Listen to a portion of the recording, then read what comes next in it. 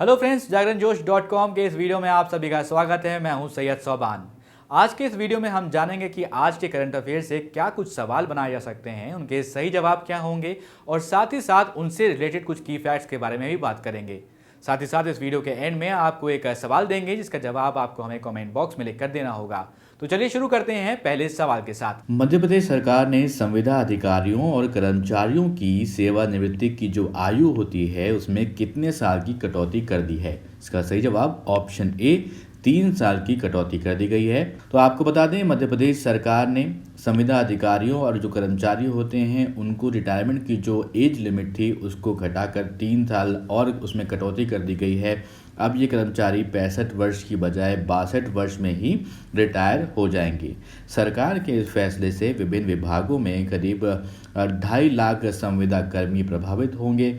मध्य प्रदेश सरकार की तरफ से प्रदेश में संविदा कर्मचारियों की नियुक्ति संविदा कर्मचारी नियुक्ति नियम 2011 के तहत की गई है। अब बढ़ते हैं अपने अगले सवाल की तरफ। हाल ही में किस राज्य सरकार ने राज्य में हुक्का बार पर रोक लगाने का फैसला लिया है? इसका सही जवाब ऑप्शन सी झारखंड। तो आपको बता दें, झारखंड सरकार ने राज्य में जो हुक्का बार होते हैं उन पर रोक लगाने का फैसला ले लिया है। राज्य में अब हुक्का बार को पूरी तरह से बैन कर दिया गया है। कैबिनेट में सर्वसम्मति से इसको लेकर फैसला लिया गया। यही नहीं, और जो सार्वजनिक स्थल पर तंबाकू या फिर सिगरेट से बेचना जो है और खरीदना जो है अब वो भी गैर कानूनी होगा। ये झारखंड राज्य की बात कर रहे हैं।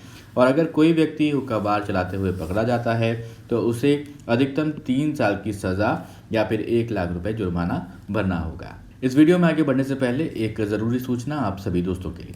हमारी वेबसाइट जागरणजोश.com पर अगर आप करंट अफेयर्स पढ़ना चाहते हैं तो आपको अपने ब्राउजर में टाइप करना है www.jagranjosh.com, जिसके बाद आपको हमारी वेबसाइट का होम पेज नजर आएगा। इसके बाद आपको करंट अफेयर्स के टैब पर जाना है। जब आप करंट अफेयर्स टैब पर क्लिक करेंगे तो आपको कुछ इस तरह से पेज नजर आएगा।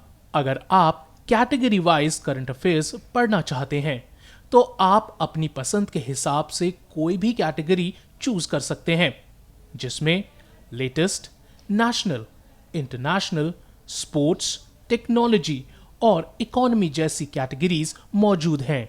बढ़ते हैं अपने अगले सवाल की तरफ। अमेरिकी राष्ट्रपति जो बाइडेन ने निम्न में से किसे अंतर्राष्ट्रीय भ्रष्टाचार रोधी चैंपियंस पुरस्कार के लिए चुना है? इसका सही जवाब ऑप्शन ए अंजलि भारद्वाज। आपको बता दें कि अमेरिका ने सामाजिक कार्यकर्ता अंजलि भारद्वाज को अंतर्राष्ट्रीय भ्रष्टाचार रोधी champions award, anti corruption award जिसे कहा जाता है, उससे सम्मानित किया है। अंजलि भारद्वाज सतर्क नागरिक संगठन की संस्थापक हैं। इसके तहत वो सरकार में पारदर्शिता रखने और जवाबदेही तय करने के साथ नागरिकों की सक्रिय भागीदारी को बढ़ावा देने की दिशा में कार्य करती हैं। बढ़ते हैं अपने अगले सवाल की तरफ। राष्ट्रीय अनुसूचित जाति आयोग NCSC के अध्यक्ष का पद निम्न में से किसने संभाल लिया है? इसका सही जवाब ऑप्शन बी विजय सांपला। आपको बता दें दोस्तों कि विजय सांपला ने 24 फरवरी 2021 को राष्ट्रीय अनुसूचित जाति आयोग के अध्यक्ष का पदभार संभाल लिया है।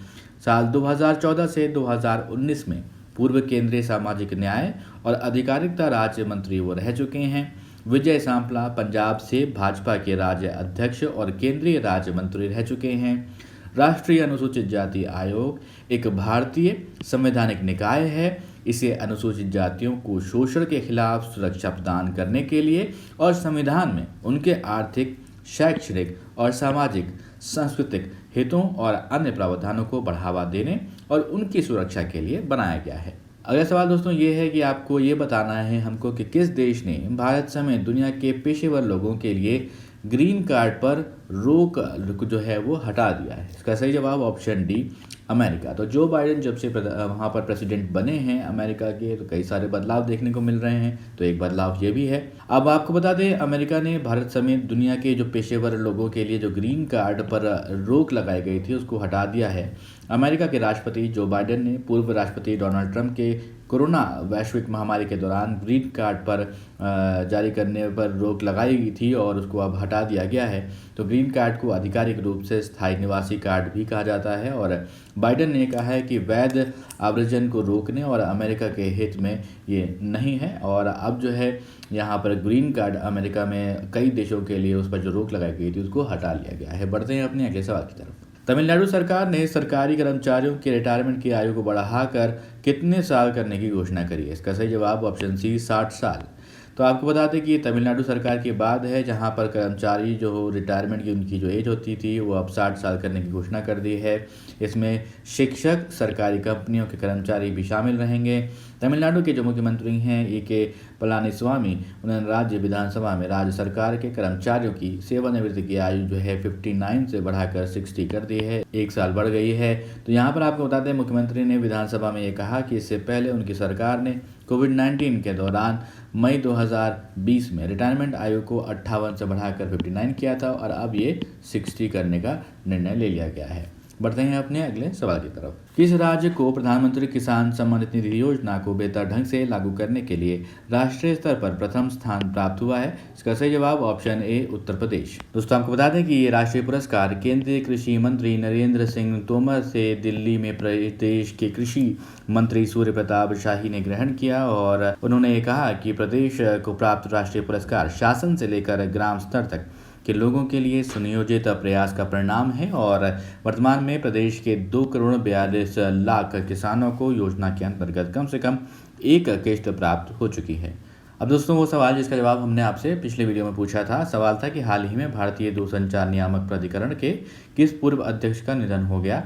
इसका सही जवाब है ऑप्शन बी राहुल खुल्लर। आप में से बहुत सारे दोस्तों ने इसका सही जवाब दिया। दोस्तों भारतीय दूरसंचार नियामक प्राधिकरण के पूर्व अध्यक्ष राहुल खुल्लर का निधन हो गया है। 1975 बैच के भारतीय प्रशासनिक सेवा IAS अधिकारी थे जिन्होंने मई 2012 में ट्राई अध्यक्ष के रूप में नियुक्त उनको किया गया था। उन्होंने 3 साल तक ट्राई में सेवा की और ट्राई अध्यक्ष के रूप में नियुक्त होने से पहले वे वाणिज्य व्यापार मंत्रालय के एक सचिव भी थे। अब दोस्तों एक सवाल आपके लिए जिसका जवाब आपको हमें कमेंट बॉक्स में लिख कर देना है। जल शक्ति मंत्रालय के पेयजल और स्वच्छता विभाग ने स्वच्छ मशहूर स्थलों के चौथे चरण के अंतर्गत देश के कितने महत्वपूर्ण स्थानों को चुना है? आपके ऑप्शंस 15, 12, 20 या फिर 25। आप अपने जवाब हमें कमेंट बॉक्स में लिखकर बताएं। अगर ये वीडियो आपको पसंद आया हो तो इस वीडियो को लाइक करें, इस वीडियो को ज़रूर शेयर करें और अभी तक आपने हमारे चैनल को सब्सक्राइब नहीं किया हो दोस्तों तो ज़रूर सब्सक्राइब करें और देखते रहें जागरणजोश.com।